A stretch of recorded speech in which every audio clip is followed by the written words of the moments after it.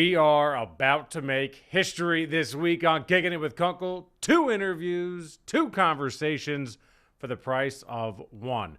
We're going to start with the former Texas A&M star, now Texans quarterback coach, Jerrod Johnson. This man interviewed for offensive coordinator jobs across the NFL this offseason. He is a hot commodity, plays a big-time role in C.J. Stroud's success. And then we're going to transition to the defensive side of the ball with the linebackers coach, Billy Davis.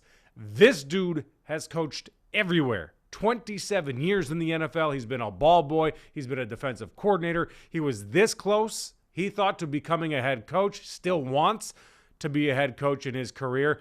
But all things crumbled when he was in Philadelphia. Unfortunately, when Chip Kelly was the head coach, he talks about that.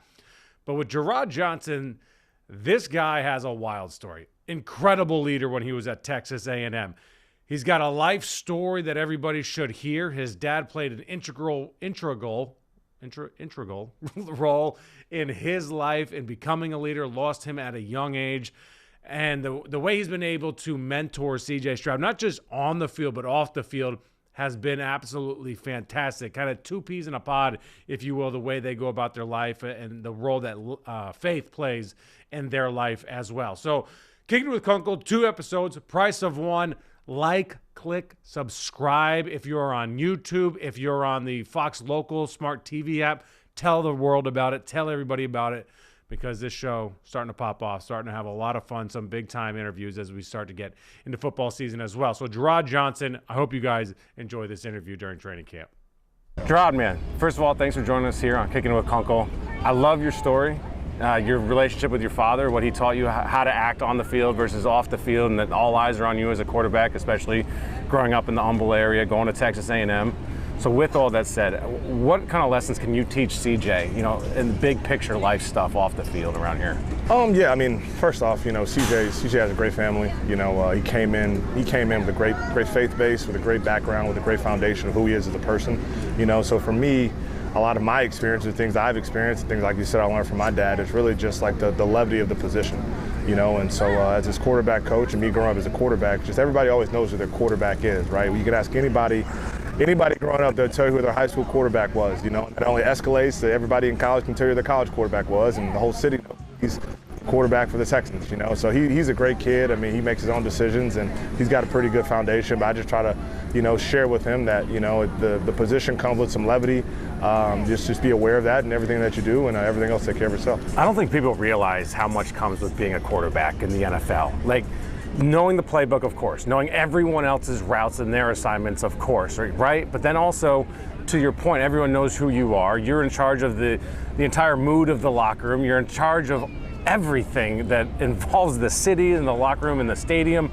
Like, can you just speak on to how well he's adjusted and taken over that role? Yeah, we have kind of a mantra I've been using this year: as heavy as the head, who wears the crown, and that's just the reality of the situation, the position, the expectations. These are all things that we have to deal with. We sign up for it, and he signs up for it, and every quarterback in our room does. But yeah, you have the team, you have your family, you have the media, you have the people back home you care about, you have the city. There's a lot of expectation. There's a lot of things that people, expect of you. But it's one of those things where you kind of build your whole life to build a foundation as a human being, and just kind of in your training to handle it all. And I think he's very well suited to do so. And as a young person, a young man, he's handled it very well. How do you like to coach? There's a lot of ways to coach the game of football. How do you like to get your point across? How do you like to be perceived? I've been very fortunate to be mentored by some great coaches, to play for some great coaches, to work with some great coaches.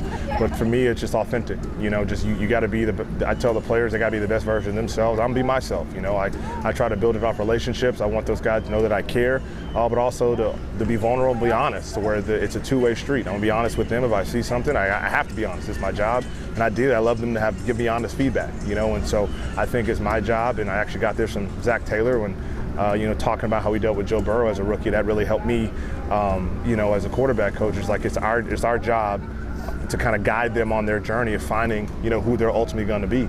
And I think that's my job. I see myself as a guide. I see myself as a mentor. But at the end of the day, it's a two-way street as well. If I'm not doing what I'm supposed to be doing, I want them to hold me accountable too. And I think authenticity, I think vulnerability is the best way to go about, any type of relationship. But I definitely think that's how it should be in coaching.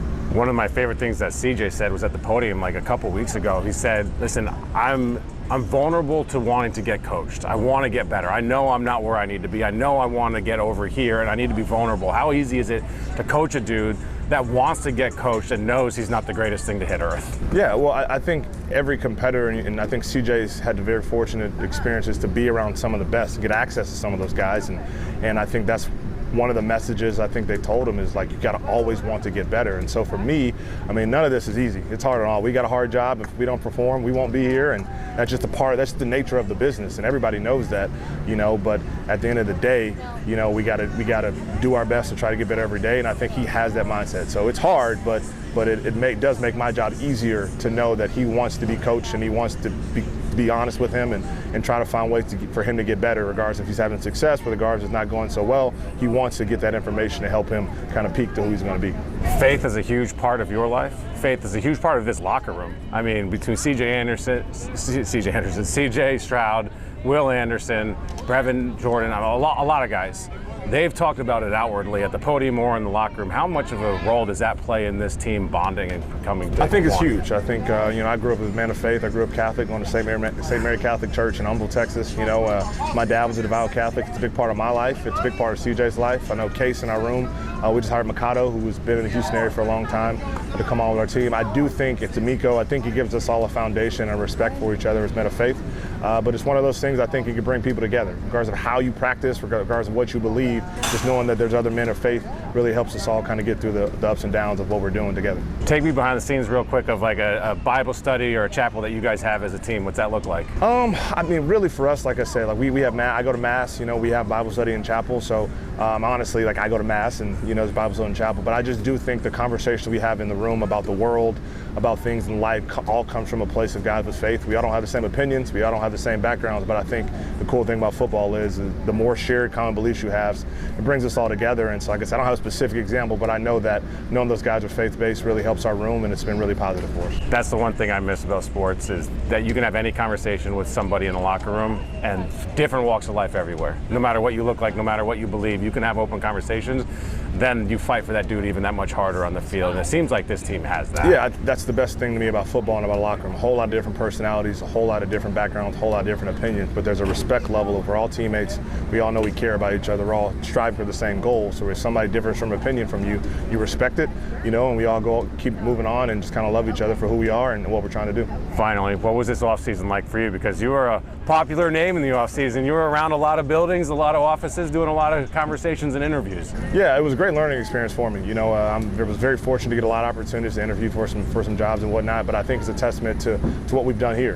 D'Amico starting at the top, and Bobby and what he's done with our offense. I've learned a lot.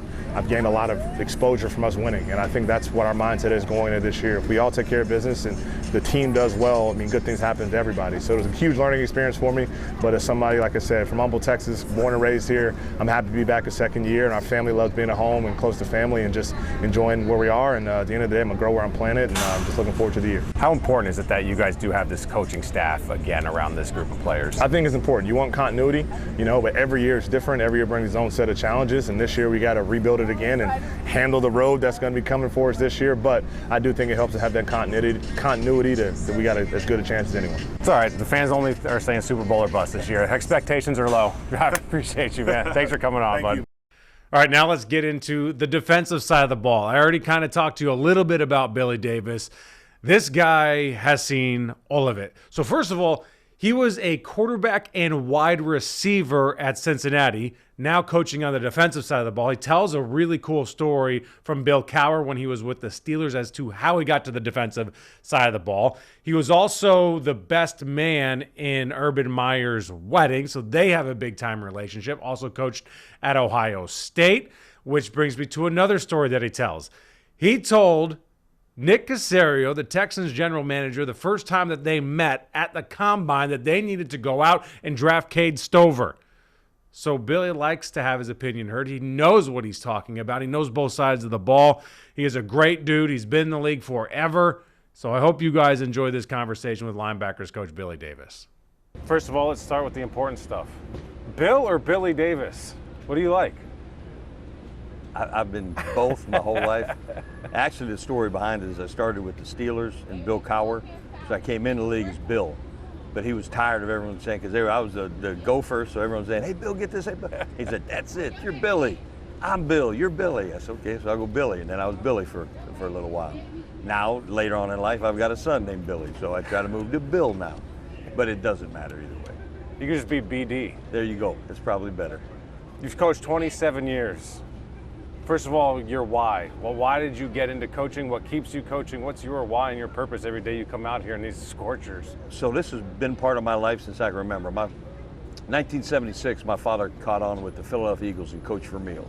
Okay, so the Eagles and the Invincible movie and all those things were my first exposure to the NFL. My father was a tight ends coach back then, and he later moved into personnel. So I grew up with my father in the NFL as a personnel director mainly, and he was the GM for the Browns during the drive and the fumble. So that was when I was in high school.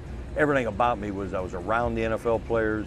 I got a chance to be a ball boy for both Coach Dick Vermeil and Don Shula, and I was in those camps, and I just had a wonderful experience, and I knew I wanted to play as long as I could, and I knew I was going to coach as long as I could. So I moved around a lot as a kid, so I knew that was coming.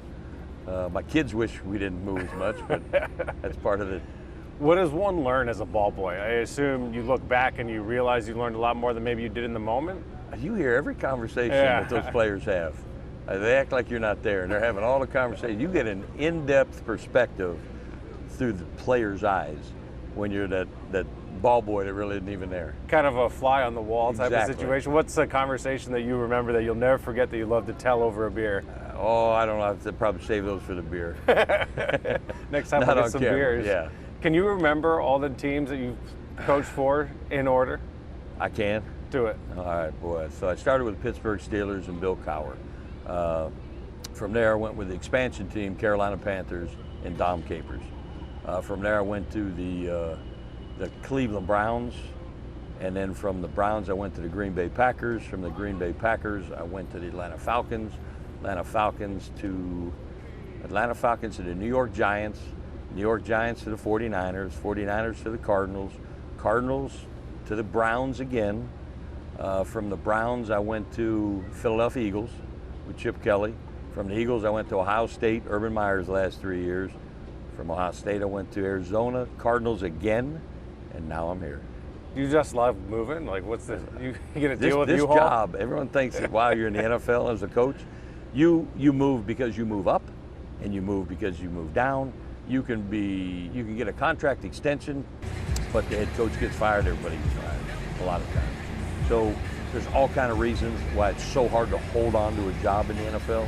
You really, after about 2 or 3 years, have to be close to holding up that Lombardi trophy, or they're probably making a change. You mentioned Urban Meyer. Best man in your wedding? In his. I was the best in his you were the best wedding. man at his wedding? Yeah. And so Urban and I went to college together. And Urban was he was going to be a high school coach. But my father at the time was with the Browns. So my father reached out to Earl Bruce, said, "Hey, I have a young man that really wants to get into coaching. His name's Urban Meyer. Will you take him on as a GA?" So my father got Urban that Earl Bruce GA at Ohio State, and then Urban took it all from there. Have you ever wanted to be a head coach? What makes Absolutely. you? Absolutely. Still want to be a head coach. So what's that process? Well, most of the time there is no one path to that anymore. Mm-hmm. From the coordinator spot when I was in Philadelphia, we won 10 wins, and I thought, well, I'm on the brink here, but then it bottomed out on us. So I think it just has to be the right set of circumstances, and I know I've got all the experience in the world. I've got 2 expansion teams. I've got 7 years of coordinating, the rest position coaching. Got a little college in there, so I got a feel for what that is. I'm ready. I'm curious, when did you think you were ready to be a head coach? Because it's one of those things where, like, I thought I was ready to be on air when I first started. Then I look back at my tape, I'm like, oh my gosh, I can't believe I even held the job, let alone stayed in the business. When did you look back and you're like now I do know that I'm truly ready? I think when I first coordinated, just like you said, are you ready to coordinate? You think you are, and then all of a sudden you got to make the call. Mm-hmm. And you're like, oh boy, I got to grow into this. And I think it's no different from the head coaching chair. I'm ready for it, absolutely. Oh boy, I didn't see that coming. But I think I don't think there's many things I haven't experienced in 29 years in the NFL and a handful in college. So it's, I think the number one thing I've learned about all head coaches, and it's why I respect D'Amico so much. It's about authenticity of being you and staying you. I've been with a lot of first-time head coaches and what I just described to you. And the biggest mistake I see them make is they turn into whoever the last head coach they were working for and the success they had. And the ones that really succeed are the ones that from the get-go are themselves. It's authentic, it's who you are, it's what you believe in, both your offense, defensive philosophy, the way you motivate, the way you discipline, all those things are really, they have to be authentic or it doesn't work. And you have to have a quarterback. Let me throw that in there. How does a dude that played quarterback and wide receiver at Cincinnati become a linebackers coach in the NFL? I'll take it one more. I coached quarterbacks at Michigan State. I had Dan Enos and Jim Miller. I was a graduate assistant in coaching quarterbacks. I get the opportunity with the Steelers as an intern. And I was reporting day one of training camp, so I wasn't even there in the offseason. And when I got there, I went to Coach Cowher, who had been on two of my father's teams. So Bill said to me, Billy, what's your background again? I said, it's quarterback, it's receivers. I've just recently, I wanted quarterback so bad in offense. He said, that's great, you're on defense. I said, why? I don't know anything. He said, well, you know the offensive side, and you'll be breaking down the opponent's offense and doing all the grunt work, so we want somebody with some offensive mind. So I jumped in Dick LeBeau's room. All right, so here's a group. That's how blessed I am. My defensive staff when I started was, first of all, Cowher, who was just the defense coordinator, was the head coach. Dom Capers was the coordinator. And then we went Dick LeBeau. Coach LeBeau was a secondary coach. That was my introduction. I was like, wow, are they all like him? And then I went to linebackers with Marvin Lewis. And Steve Furness was the D-line coach. He's passed away since, but he was a great D-line coach also. You haven't even coached a game here, and you have a legacy already in Houston. Tell me this Cade Stover, Nick Caserio story. Okay, so I'll start with Cade. When my last recruiting class at Ohio State, I'd recruited Cade for maybe 2 to 3 years. He was just up about an hour north of Columbus. Great family. I spent all kind of time on his farm. His mom's cooking. Wonderful cook. Wonderful people, right? 2 little sisters, a dad. Just great family. So when he finally committed and was in, and I spent all that time with him, I went on to Arizona, and he stayed and got moved. So fast forward to getting this job. We get to the combine, and that's really my first meeting of Nick or any of the staff other than the guys I'd coached with before. And just started talking, hey, how you doing? And great to be with you. And then I said, look, before I get going, I know we're at the combine and you guys have interviews.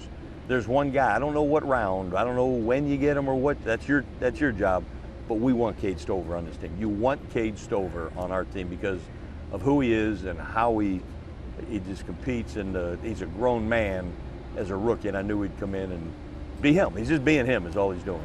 So how does Nick respond to you as the general manager just meeting his new linebackers coach and having that conversation? He actually lit up and already knew everything. That's why Nick is so good. He already knew everything about Cade, and it was already on Nick's radar. I think I just kind of add a little confirmation. Okay, I kind of confirmed what he already thought. Coming into this team, a lot of expectations. One, I assume that's a lot of fun for you coming into a team where you're expected to win. And the defense, what do you see from your guys right now early on? Well, right now we're in the just work mode. It's just work. Everybody thinks they're going to be wonderful this time of year. I've been in this too long. Nothing matters but getting better today. And I know it's a cliche, but the best teams I've been on are the ones that we're right now in the middle of training camp, in the middle of preseason on a really hot day. How we work today told me a lot about our team. I'm excited about our guys because in this hard time, we're putting in the work. And it's the detail and it's the grind, and they're hot and they're tired, and a lot of guys could quit or shut it down or not be as focused. And I'm just going off today, we did it right. In the heat, in the middle of camp, that is what I'm encouraged about. Nothing about predictions, nothing.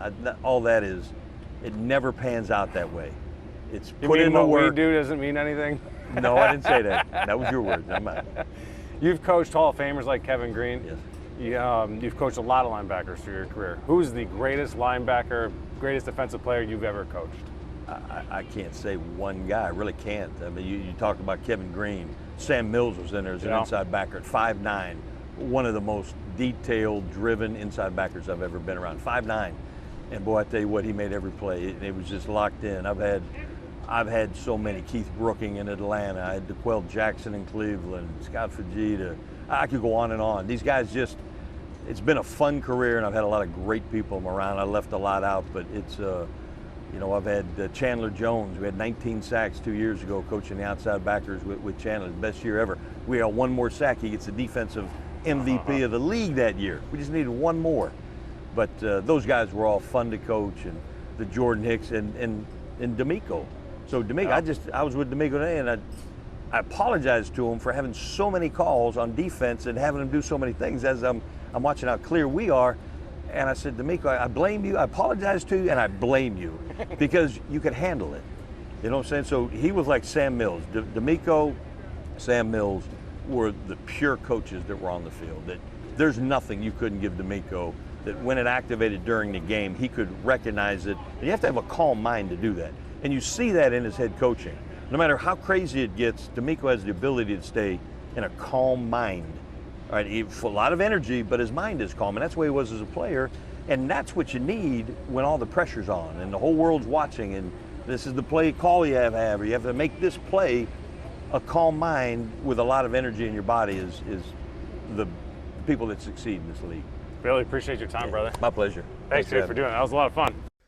The guy has seen it all. Needless to say, I think he would make an awesome head coach. The guy knows how to lead. He has seen everything at all different types of levels. He has admitted that he wasn't necessarily ready to become a head coach when he wanted to become a head coach. I think that's part of growing, and I'd love to see the dude get an opportunity. And I also have no doubt that D'Amico Ryans will go to bat for him as well, because the number one thing you need to be a head coach in the NFL is a leader of men. You don't need to be some schematic genius. You need to be able to create a culture and be a leader of men, which is what D'Amico Ryans does. Because remember, when they were interviewing guys, so much of it was like, who's the next Sean McVay? Who's the next Kyle Shanahan? Who's the next Mike McDaniel? Who's that next offensive-minded genius that's going to lead us to championships? But it's the defensive guys that are really making waves in the NFL. A lot of them leaders of men, a lot of them alpha men. And I think D'Amico Ryans one of those guys, Dan Campbell one of those guys as well. So I think Billy Davis certainly could be a good head coach in the NFL. I'll make this brief because this lives forever, so it's not going to be pertinent down the road. But coming up on Saturday, tomorrow, when you see this, we're going to have Texans and Giants. I think we're going to see C.J. Stroud in the starters role a lot longer than we saw in, I guess, what's technically week 1 of the preseason, because the Texans have an extra preseason game due to that Hall of Fame game. So this is the third game for the Texans. We're going to see a lot more from them. As for what I'm looking for in particular, I want to see Kamari Lassiter go out there, ball, be great. Hopefully he's ready to roll. Talk on the Astros here very quickly. What an unbelievable road trip this was for them. I don't care who they're playing. I don't care that it was the Rays, the Red Sox, and the Rangers. Pretty good teams, not great teams compared to who they're going to face when it's the Orioles and the Phillies coming up in their next road trip.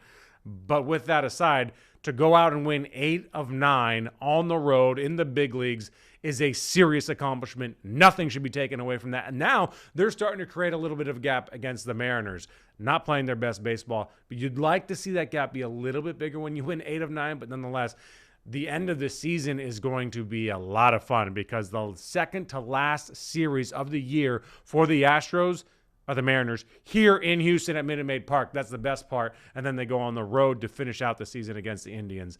I think that the season is probably going to be decided, if not before the Mariners series, it'll be decided in that Mariners series, because I do still think that the Astros have a skid in them.